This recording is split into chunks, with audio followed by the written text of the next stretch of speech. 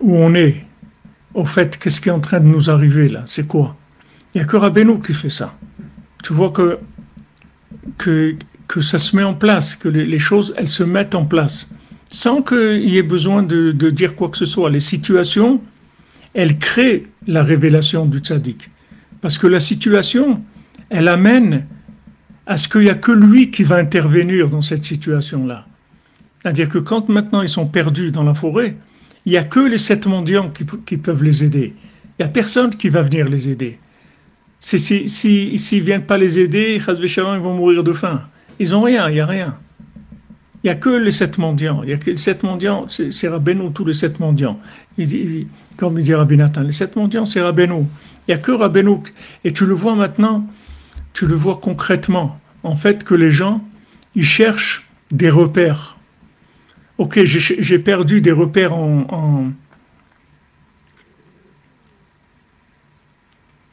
j'ai perdu des repères que j'avais, qui sont des faux repères. C'était des repères d'idolâtrie, des repères de folie, des repères de bêtises. des- des- des- Maintenant, les gens ils cherchent des repères. Donne-moi quelque chose qui tient. Donne-moi quelque chose qui tient. Je peux plus. Je peux plus vivre avec des maisons qui s'écroulent. Je peux plus. Je peux plus construire que ça s'écroule. Je peux plus. Mais plus la force de ça. Plus la force de voir des constructions de pays, de gouvernements, de mairies, de tout ce que tu veux que ça s'écroule. D'armées, de tout, qui s'écroule. Il y a un moment, on ne peut plus vivre avec ça. On a besoin de quelque chose qui tient. Un rabbin, il vient et te dit, regarde, moi j'ai déjà gagné. Moi j'ai déjà fini. C'est fini, j'ai gagné. T'occupe pas de ce qui se passe et de ce que tu vois et de ce que tu ressens. T'occupe pas, avance, c'est tout. Avance avec ce que je te donne comme outil. T'occupe pas, fais confiance, fais-toi confiance, fais-moi confiance et fais confiance à Hachem et avance, c'est tout. Et tu vas voir que ça va marcher. Tu vois que la situation, elle est créée pour révéler ça. On crée une situation qui va permettre la révélation du Mashiach. C'est la situation parce qu'il va arriver un moment où tout le monde va chercher le Mashiach. Mais où il est? Mais ça y est, arrête de te cacher. Où tu es là? Parce qu'il n'y a plus de repères. Tant qu'il y a des repères, chacun il a sa petite idolâtrie, il a sa petite bagnole ou sa petite parnassa ou son petit truc, il est sécurisé, il a quelques trucs et il a aussi un peu de spiritualité, mais il a aussi beaucoup de repères. Maintenant, tous ces repères-là, ils partent. C'est une bricha, ça y est. Les gens, ils sont partis, ils sont en évasion. C'est la grande évasion. Les gens ils te disent, on était là-bas 7 heures en train d'appeler l'armée. Tu dis, on ne vient pas. C'est-à-dire que c'est l'écroulement de tout ce que quelqu'un il peut avoir dans sa vie comme valeur ici, qui s'est investi, qui pense que c'est ça. Mais Hachem, il veut t'amener à autre chose. Hachem, il veut que tu lâches. Il veut que tu t'appuies sur d'autres choses. Il veut que tu t'appuies sur lui. Il faut que tu saches qu'il n'y a que Hachem. Maintenant, quand il y a Hachem, il y a une armée, il y a de la parnassa, il y a tout. Mais parce que c'est Hachem. Mais si maintenant tu vas dans l'idolâtrie, tu oublies Hachem, ça ne marche pas. Donc, Hachem, il casse les choses. C'est lui qui les casse. C'est pas, c'est pas, c'est pas quelqu'un, un politicien, ni l'ONU, ni ça, ni l'autre. C'est lui qui casse. Tu vois bien, même à l'ONU, c'est ce gars-là, il met l'étoile jaune et tout, parce qu'il voit qu'on est perdu. Il le voit. Tu te trouves devant l'Organisation des Nations Unies, soi-disant. D'accord? C'est toutes les nations qui sont là, avec leurs représentants, et quelqu'un, Mistama, qui dirige là-bas. Il voit, qu'est-ce qu'il lui dit?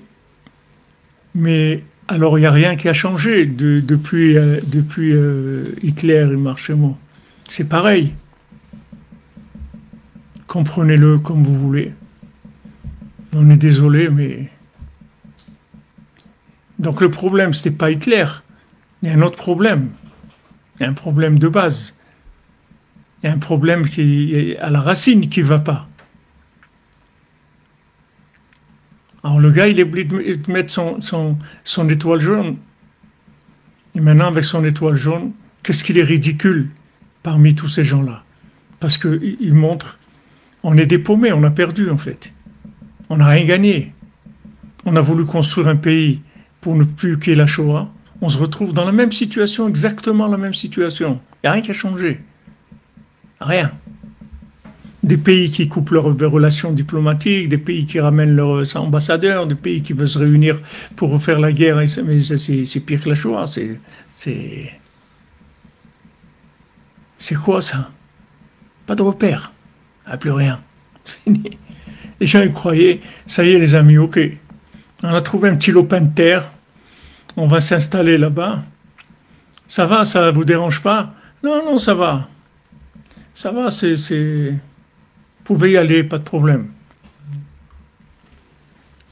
Maintenant, on voit 70 ans après, ça reprend.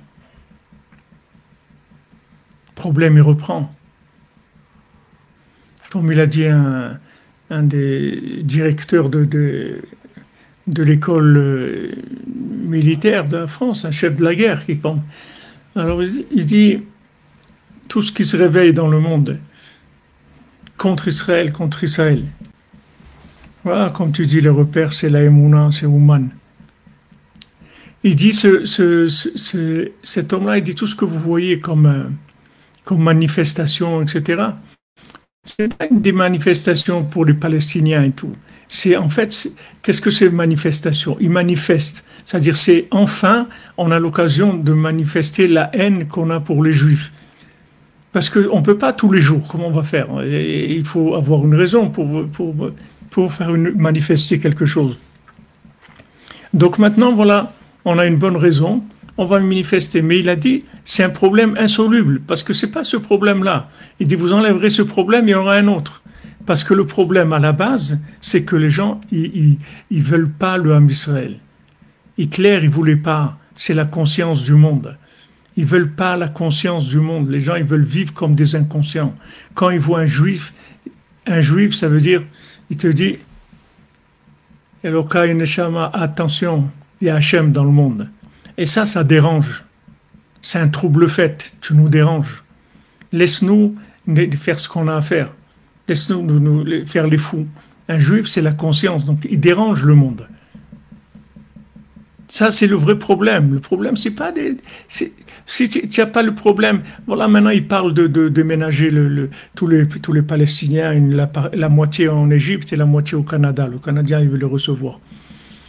Ils ont beaucoup de place au Canada. Ils n'ont pas un problème avec ça. Ok, mais ça ne va rien changer. Tu vas voir que ça va sortir d'un... S'il n'y a pas Mashiach, c'est toujours cette chose-là. Parce que ce qu'ils cherchent, c'est juste une raison, c'est tout. Une raison de le faire. Un prétexte. Il y a besoin d'un prétexte. Maintenant, ça, c'est le prétexte.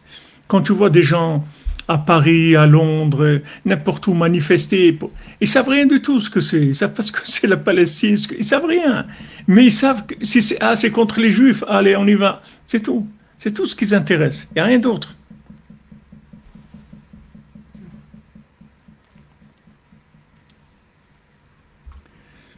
Ouais, comme vous dites Richard Darmon, nous sommes les mauvais témoins, ouais. Donc c'est ça le vrai problème. Et c'est pour ça que tant que Mashiach ne vient pas, il n'y a pas de pays pour les Juifs. Ça n'existe pas. On ne sera jamais tranquille. Tant que Mashiach ne vient pas, on ne sera pas tranquille. Mashiach, il va venir, il va savoir présenter les choses, il va savoir parler aux gens. Tous les gens ils vont se plier.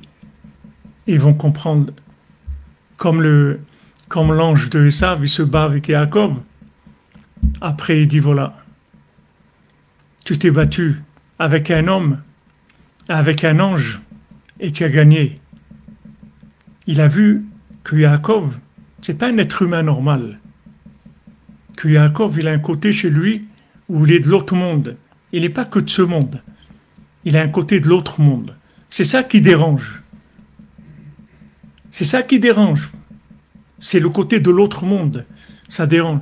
Mais t'es un extraterrestre ou pas? T'es quoi? T'es un homme normal ou t'es un extraterrestre? Alors on est là, on fait du business, on fait des choses. Il arrive Shabbat, tu es pas là. Comme l'avocat de Trump, il dit, moi je travaille pas Shabbat, c'est tout. Il dit, mais on a un truc très important. Il dit, ça fait toute l'importance du monde. Shabbat, c'est tout. Il n'y a pas y a rien d'autre. C'est fini. Donc tu as des valeurs qui sont pas des valeurs de ce monde. Comme dit Bilam, c'est un peuple badad, c'est un peuple de Didbo des doutes, c'est un peuple isolé dans sa façon de vivre, parce qu'il ne vit pas comme tout le monde. C'est ça qui dérange. Donc quand Esav, il se bat avec Yaakov, il croit, parce que c'est son frère, il croit qu'il est comme lui. Mais quand il se bat avec Yaakov, il voit, waouh, mais c'est qui cet homme-là? Il se bat avec des anges. Et il se bat avec des êtres humains. Et il gagne les anges et il gagne les êtres humains, les deux. Ce qu'on vit aujourd'hui, c'est le problème, il est dans les anges, c'est pas les êtres humains. Les êtres humains, c'est des marionnettes. C'est en haut les anges qui font tout ce qui se passe. Donc Yaakov, il se bat contre l'ange de Esav. Et il se bat contre Esav physiquement.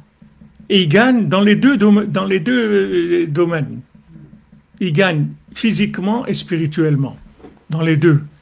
Alors là, Esav, il reconnaît, il dit, c'est à toi, les bénédictions sont à toi, c'est toi le grand frère, c'est quand le grand frère de l'humanité,